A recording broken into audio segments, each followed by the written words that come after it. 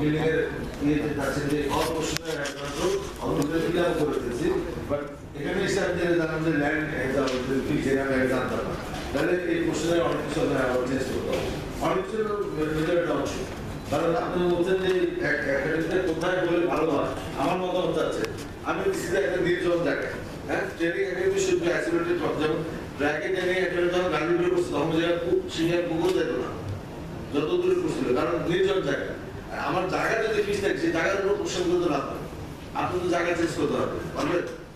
সুতরাং এই কোশ্চেনগুলো আরেকটু রিভিজিট করেন, আর যারা প্রকাশ গ্রুপ শেষে আগে থাকবে আমি চেষ্টা করবো আবার লাঞ্চে পরে জয়েন করতে, দেখি আউটপুটটা কি আসে দেখবো। যে এটুকু বলে আমি আপনাদের শেষ করছি, আমার সত্যি সাথে একটা মিটিং আছে, আমি যাচ্ছি, সবাইকে ধন্যবাদ। ধন্যবাদ জানাচ্ছি আবু সাইদ মোহাম্মদ কামরুজ্জামান স্যারকে, স্যার মহাপরিচালক এজেন্সি স্যারের অবস্থা প্রদান করলে নিশ্চয়ই স্যার আমরা এই ফরওয়ার্ড করে দিচ্ছি। আমাদের মাঝে উপস্থিত আছেন তথ্য যোগাযোগ প্রযুক্তি বিভাগের সম্মানিত যুগ্ম সচিব জনাব মোহাম্মদ মনির হোসেন স্যার। আরও 11টা একটা গুরুত্বপূর্ণ প্রোগ্রাম আছে, সেখানে চলে যাবেন, স্যারের মতামত তুলে ধরার জন্য বিনীত অনুরোধ জানাচ্ছি। ধন্যবাদ আপনাকে। আজকের এই তথ্য যোগাযোগ প্রযুক্তি অধিদপ্তরের প্রস্তাবিত ন্যাশনাল আইসিটি একাডেমি সম্ভবত যাতায়াত সংক্রান্ত সভার সম্মানিত সভাপতি, সম্মানিত উপস্থিতি, আসসালামু আলাইকুম। এনসিএস এর ডিজি মহোদয়ের কাছ থেকে আমরা বেশ কিছু নির্দেশনা পেয়েছি, আমারও যে একটা কথা বলার মতো আছে। পুরো প্রেজেন্টেশনটা দেখতে বলতে হলো আরেকটু ভালো কমেন্ট করতে পারতাম। এই পর্যায়ে আমার কাছে যে বিষয়গুলো ধরা পড়েছে যে এগুলো একটু রিথিং করা দরকার বা একটু রিভাইজ করা দরকার, সেগুলো একটু বলছি। সেটা হলো যে আপনারা যারা রিপোর্টটা তৈরি করবেন একটু মাথায় রাখতে হবে যে যখন শুরু করছিলেন তখন হয়তো আগের সরকারের যে ভিশন ছিল, স্মার্ট বাংলাদেশ ভিশন 2041, ওটার সাথে হয়তো কিছু কিছু ক্ষেত্রে অ্যালাইন রয়েছে। তো এই বিষয়গুলো একটু খেয়াল করে আপনাদের রিপোর্টটা তৈরি করতে হবে। আর চতুর্থ শিল্প বিপ্লব বা ফোর্থ ইন্ডাস্ট্রিয়াল রেভলিউশনের কথা বলা হয়েছে, এটা বলতে কিন্তু আমরা এক জায়গায় ফিক্সড হয়ে যাই, কারণ ফোর্থের পরে কিন্তু ফিফথ বা নেক্সট আসতে পারে। তো এখানে আমরা ফোর্থ ইন্ডাস্ট্রিয়াল রেভলিউশন না বলে আমরা ফ্রন্টিয়ার টেকনোলজির কথা বলতে পারি। যে সমস্ত প্রযুক্তি আসবে সেটা বলতে আমাদের ওপেন থাকে। আরেকটা বিষয় যেটা হলো বেস্ট প্র্যাকটিসে আমি দেখলাম যে আইসিটি একাডেমি ইন্ডিয়ার বেশ কিছু বিষয় তুলে ধরেছেন, এবং এনআইসিটি জাপান ওইটা কিন্তু ডিটেইল তেমন পাইলাম না, ভালো হতো আপনারা Korea Advanced Institute of Technology KAIST যেটা আছে ওইটার মধ্যে একটু স্টাডি করতে পারেন, ওইটা দেখলে আপনারা হয়তো আরো কিছু ভালো ইয়ে পাবেন, কারণ ওইটার র্যাঙ্কিং কিন্তু ওয়ার্ল্ডে খুবই ভালো। হ্যাঁ, কায়েস্ট KAIST। আর আমরা 64 ডিস্ট্রিক্টের রিজিওনাল সেন্টার কথা বলছেন, এটা কেন দরকার? আমার তো মনে হয় যে আসলে দরকার আছে কিনা। যদি রিজিওনাল করতেই চান, বড় জোর আপনারা এই পর্যায়ে ডিভিশনাল পর্যায়ে পর্যন্ত যেতে পারেন। 64 ডিস্ট্রিক্টে কিন্তু এই পর্যায়ে আমার মনে হয় দরকার নেই, কারণ PADC এত বড় একটা প্রতিষ্ঠান, তাদের কিন্তু এত শাখা প্রশাখা নাই। তো এই ক্ষেত্রে আমার প্রস্তাবনা হলো বড় জোর ডিভিশনাল, তাও পুরাতন ডিভিশন গুলো হলেই মনে হয় হয়ে যায় 4টা ডিভিশন। সো এটা একটু আপনারা চিন্তা করতে পারেন। আর আরেকটা বিষয় যেটা বলছে যে আইডিয়া একাডেমি, তারপরে Bangladesh institute of frontier technology, তারপরে আপনাদের যে প্রস্তাবিত একাডেমি, এগুলোর কাজের একটু ডিমার্কেশন দরকার, আসলে কে কোন কাজটা করবে। এই স্কোপ থেকে আরো কিছু একাডেমি হচ্ছে। সো আমার মনে হয় যে এই সবগুলো একটু ভালোভাবে স্টাডি করে তারপরে এগুলো রিপোর্টে আসতে হবে। আদারওয়াইজ কিন্তু যখন আপনার ইয়েতে যাবে, প্ল্যানিং কমিশনে যাবে বা ডিভিশনে যাবে, তখন কিন্তু স্কিডিং এগুলো ভাগ করে দেবে। আর এখানে PATC, একাডেমি, প্ল্যানিং পরিকল্পনা একাডেমি এবং বিশেষ প্রশাসন একাডেমির সম্মানিত প্রতিনিধি আছেন, ওনাদের পরামর্শ আমরা নিশ্চয়ই এই বিষয়গুলো একটু খেয়াল রাখার জন্য আমি অনুরোধ জানাচ্ছি। ধন্যবাদ। ধন্যবাদ জানাচ্ছি জনাব মোহাম্মদ মনির হোসেন স্যার, সরকারের যুগ্ম সচিব, স্যারের সচিব মতামত প্রদান করার জন্য। অবশ্যই স্যার আমরা একটু আমাদের যারা যারা আছেন IISc পেয়েছি, ওনারা এটা লিখে দিয়েছেন, এটা আমাদের যথাযথ জায়গায় প্রয়োগ করা হবে বলে আমি বিশ্বাস করছি। স্যার, এ পর্যায়ে আমাদের প্রস্তাবিত ন্যাশনাল আইসিটি একাডেমি যারা এই সম্ভাব্যতা যাচ্ছে কাজটা পেয়েছেন, IIFC, তাদেরকে অনুরোধ জানাচ্ছি সম্ভাব্যতা যাচাইয়ের উপরে আপনার প্রেজেন্টেশন শুরু করার জন্য এবং আপনাদের পরবর্তীতে যে কার্যক্রমগুলো আছে সেগুলো শুরু করার জন্য। আপনাদের পরিচয় দিয়ে আপনি প্রেজেন্টেশন শুরু করবেন। আসসালামু আলাইকুম, আমার নাম জিবুর রহমান। আমি IIFC পক্ষ থেকে কনসালটেশনের কাজ করছি।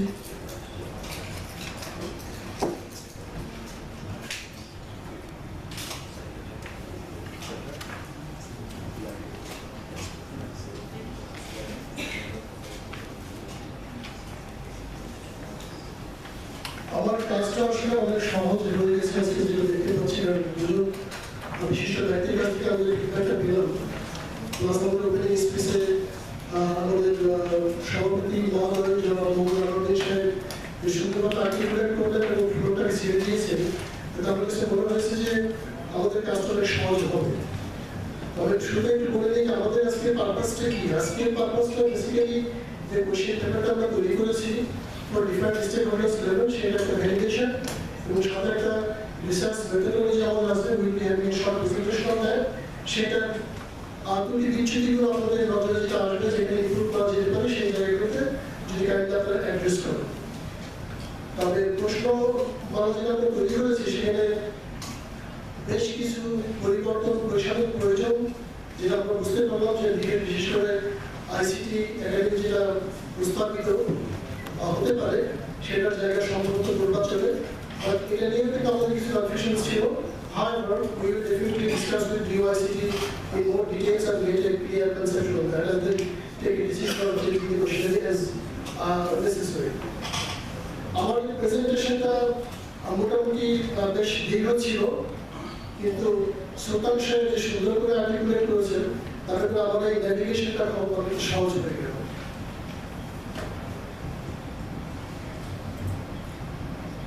IIFC সম্পর্কে জাস্ট দেখছি কথা যে এটা আপনার infrastructure investment facilitation company, it's a wing under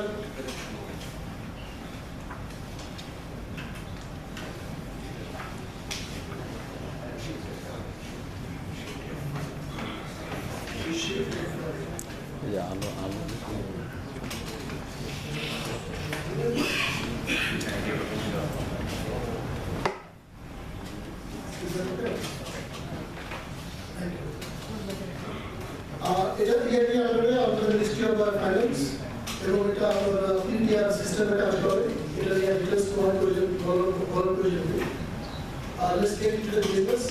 IFC বিভিন্ন সেক্টরে আপনার কাজ করে বাংলাদেশে এবং বিভিন্ন প্রজেক্ট নিয়ে প্রজেক্ট ম্যানেজমেন্ট কনসালটেন্সি নিয়ে কাজ করে। It has covered more than 200 projects by now. আমাদের প্রজেক্টের ব্যাকগ্রাউন্ড সম্পর্কে সুলতান সাহেব যথেষ্ট সুন্দর করে বলেছেন, but just to recap and for further navigation আমরা তো একটা জিনিস যদি হাইলাইট করি, so that when you will be commenting on the machinery, you can probably address more adequately and intensely. এটা একটা অবজেক্টিভ হচ্ছে যে আমরা স্কিল ইনোভেটিভ এবং ডিজিটালি এম্পাওয়ার্ড ওয়ার্কফোর্স তৈরি করতে চাই to protect the economic progress in Bangladesh, global competitiveness যেতে চাই। আমাদের একজন মহোদয় গিয়েছিলেন একটু আগে কমেন্ট করলেন যে 4th ইন্ডাস্ট্রিয়াল রেভলিউশন সম্পর্কে বলা হয়েছে, but that will fit 6 and more coming up, so frontier নিয়ে কথাবার্তা বলার কথা বলা হয়েছে। We will definitely address that. Cutting edge research and fostering innovations আমরা করতে চাই এবং ইন্টারন্যাশনাল কোলাবোরেশন, রিসার্চ এবং স্ট্র্যাটেজিক পার্টনারশিপ করতে চাই, যেটা আমাদের সুলতান সাহেব বলেছেন। আমরাও সেটা আমরা নিয়েছি জাপানের NICT, ইন্ডিয়ার ICT এবং কাইএসটি কথা সেটা বলা হলো। কাইএসটি এগুলো আমরা definitely will take into consideration. However আমরা কিন্তু ইতিমধ্যে কিন্তু বেশ কিছু অন্যান্য জার্মানের, তারপর আপনার আমেরিকার বেশ কিছু ইনস্টিটিউট নিয়ে আমরা গবেষণা করেছি, সেগুলো আমাদের আউট আছে, will consider that.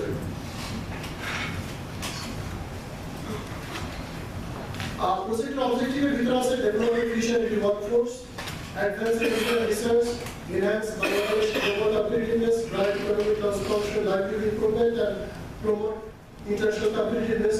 I'm not getting into these details because it is already been articulated in the past. আমাদের কাছে মোটা দাগে হচ্ছে এগুলো baseline survey market analysis, conceptual design of physical and technological infrastructure, execution, development planning, research curriculum and human resources requirement, preliminary project cost and financial viability. So we have got few more, but these are probably on the top priority. And we have also the SWOT analysis and cost benefit analysis. When you say cost benefit analysis, we will definitely cover the economic analysis as well. Legal and regulatory review, stakeholder engagement, compliance and strategic alignment. আমাদের এখানে যে কোশ্চেনের কথা আছে পাঁচটা ভাগে বিভক্ত। একটা কোশ্চেন আছে যে for normal baseline traditional critical part field survey, সেখানে তিনটা পার্ট। আরেকটা পার্ট আছে কস্ট বেনিফিট অ্যানালাইসিসের জন্য, একটা আছে টেকনিক্যাল আর টেকনোলজিক্যাল অ্যাসপেক্ট। এরপরে ফোকাস গ্রুপ ডিসকাশনের জন্য একটা আছে, আর কি ফর্মাল ইন্টারভিউর জন্য। আমাদের একটা স্ট্র্যাটেজিক সমান পার্সপেক্টিভ একটা কোশ্চেনের মধ্যে হয়তো আমরা ব্যবহার করতে পারিনি, বিকজ সময়ের স্বল্পতা থাকবে। একজন মানুষের কাছে গেলে সব বিষয়ে কিন্তু জানা সম্ভব হয় না। যেমন টেকনোলজিক্যাল বা টেকনিক্যাল যে কোশ্চেনগুলো আছে সেটা দিয়ে আমরা স্ট্র্যাটিফাইড স্যাম্পলিং এর মাধ্যমে আমরা কিছু সিলেক্টিভ আপনার স্টেকহোল্ডারদের কাছে যাবো, যেগুলো আমরা সার্ভে করবো, এবং KII আপনার কি ইনফরমেশন ইন্টারভিউ যেটা আমরা করবো সেটাও কিন্তু আমরা আপনার স্ট্র্যাটেজি বা স্ট্র্যাটিফাইড স্যাম্পলিং করে এর ভিতরে আমরা র্যান্ডম স্যাম্পলিংটা আনতে চাই, so that it becomes more less biased.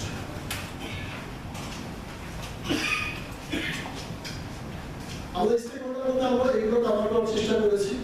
R you can have a look at the government agencies, our Ministry of Education থেকে শুরু করে BPATC, BIDA, National Computer Council, of course basis will be there, Ministry of Finance, ICT Ministry, UICT, etc.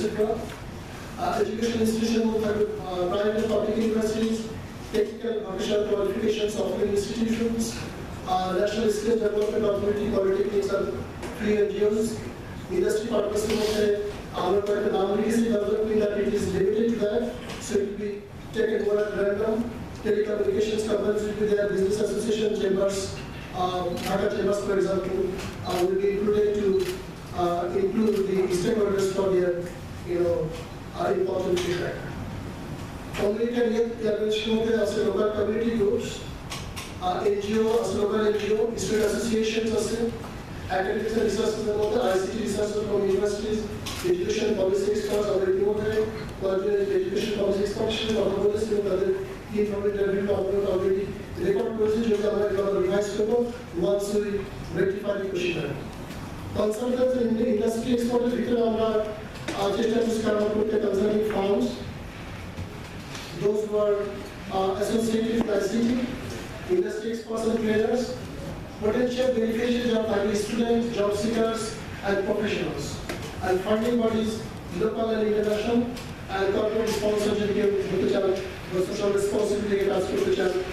একটু আগে একজন বললেন যে funding এর ব্যাপারে, সরকার যদি ফান্ডিং করতে না চায় অথবা যদি সরকার চায় আমরা পার্সিয়ালি ফান্ড করবো, সেই ক্ষেত্রে কি করা যেতে পারে? আমরা focus group discussion plus KII এর মাধ্যমে যতটুকু সম্ভব হয় ইনফরমেশনও কালেক্ট করে ডেটা ক্যাপচার করার চেষ্টা করবো।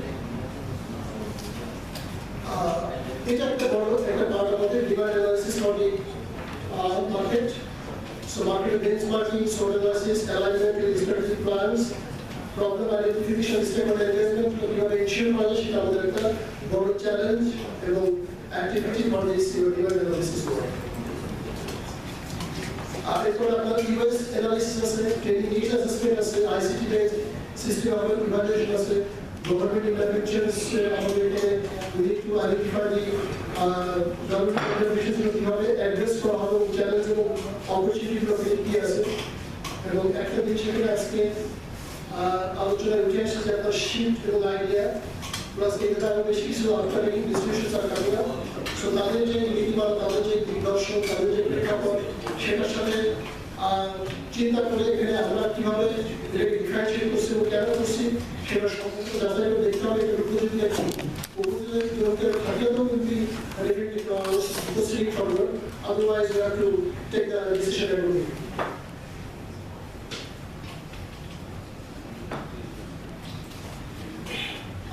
establishing curriculum, courses and training programs, এখানে দুটো কথা বলা যেতে পারে, সেটা হচ্ছে যে আমাদের দেশে কারিকুলাম নিয়ে অনেক কিছু করতে হচ্ছে, আমাদের দেশে ডেলিভারি বোর্ড নিয়ে অনেক কিছু করতে হচ্ছে।